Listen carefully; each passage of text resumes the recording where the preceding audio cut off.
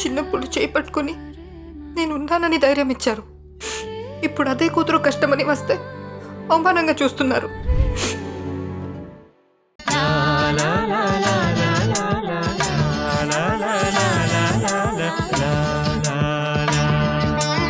నేను తీసుకొస్తాను కదా, కూర్చోండి.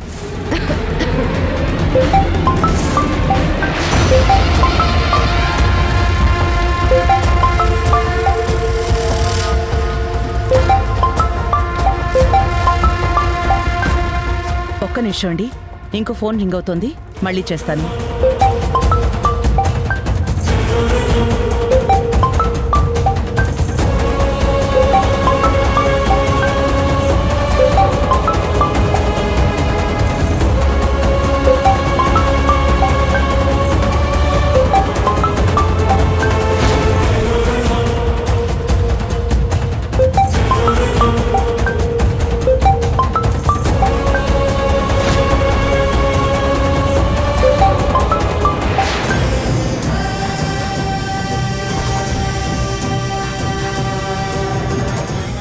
ఎవరి ఫోను? ఇది నాదేనండి. నేను ఎవరిది అని అడగలేదు, ఎవరు ఫోన్ చేశారో అని అడుగుతున్నాను. నిన్నే జానకి, ఎందుకంత టెన్షన్ పడుతున్నావు? అబ్బే అదేం లేదండి, మా నాన్న ఫోన్ చేశారు. మీ నాన్న ఫోన్ చేస్తే కంగారు పడ్డం దేనికి? నువ్వు ఇక్కడికి వస్తున్నావని నాన్నకి తెలుసు కదా, మాట్లాడు. పర్వాలేదు, నేను తర్వాత మాట్లాడతాను. అది అక్కడ భూమికి టిఫిన్ పెడుతున్నాను. నువ్విక్కడే ఉన్నావని తెలిసి ఫోన్ చేశారంటే ఏదో పనుండే చేసుంటారు కదా. ఒక్క నిమిషం మాట్లాడు, ఏం పర్లేదు.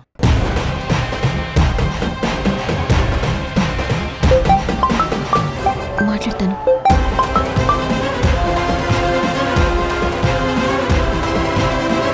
హలో జానకి, ఏంటమ్మా ఫోన్ లిఫ్ట్ చేయడానికి ఎంత టైం పట్టింది? మీకు తెలుసు కదా, నేను రుద్రాణి గారింట్లో ఉన్నాను. అవునమ్మా, అందుకే నీకు ఫోన్ చేశాను.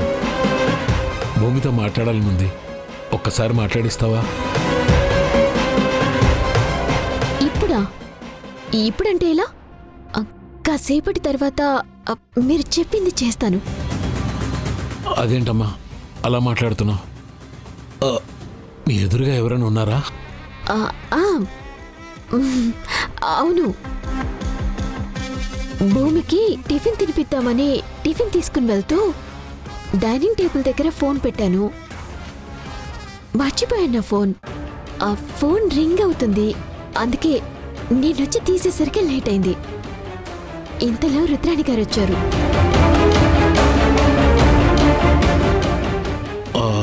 అమ్మా, నేను ఫోన్ చేయడం ఆ రుద్రాన్ని ఏమైనా చూసిందా?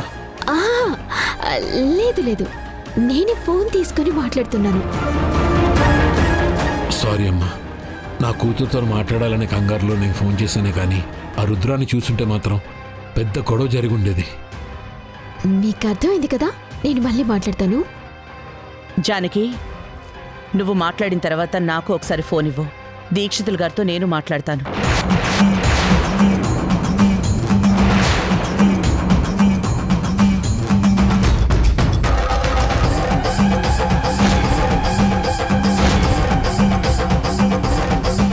ఏంటి జానకి, ఫోన్ వచ్చిన దగ్గర నుంచి చూస్తున్నాను, ఎందుకంత కంగారు పడుతున్నావు? మాట్లాడుతుంది మీ నాన్నే కదా. ఒకసారి ఫోన్ ఇవ్వు, దీక్షితులు గారితో నేను మాట్లాడాలి.